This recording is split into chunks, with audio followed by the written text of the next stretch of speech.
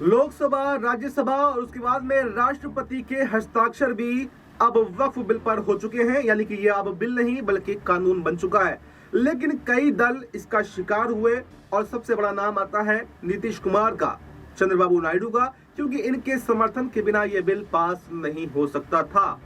तो अब ईडी के खिलाफ मुसलमानों ने खुली बगावत कर दी है, सड़कों पर लोग उतर आए हैं और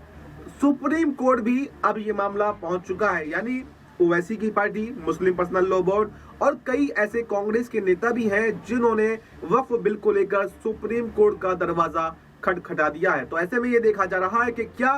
सुप्रीम कोर्ट अब वक्फ बिल को रद्द कर देगा, क्योंकि पहले भी यहाँ पर इलेक्टोरल बॉन्ड का जो मामला था वो सुप्रीम कोर्ट पहुंचा था, सरकार ने उस पर भी कानून बनाया था और उसके बावजूद यहाँ पर सुप्रीम कोर्ट ने केंद्र सरकार को बड़ा झटका दिया था। केंद्र सरकार को सुप्रीम कोर्ट के आगे झुकना पड़ा था, क्योंकि आपको एक थोड़ा सा मैं बता देता हूं कि किन बिलों को सुप्रीम कोर्ट के अंदर चैलेंज किया जा सकता है और किन को नहीं।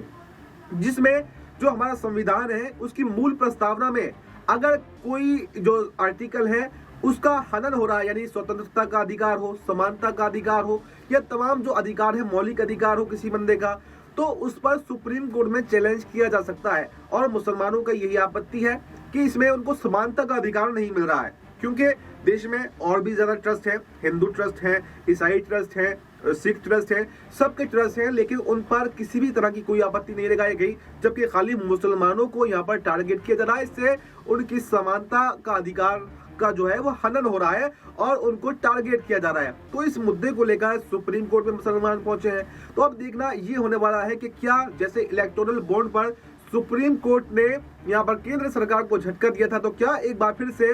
यहाँ पर मुसलमानों के पक्ष में सुप्रीम कोर्ट का फैसला आएगा? क्या यहाँ पर बड़ा झटका एक बार फिर से केंद्र सरकार को लगेगा? और केंद्र सरकार को अगर झटका लगता है तो क्या नीतीश कुमार और चंद्रबाबू नायडू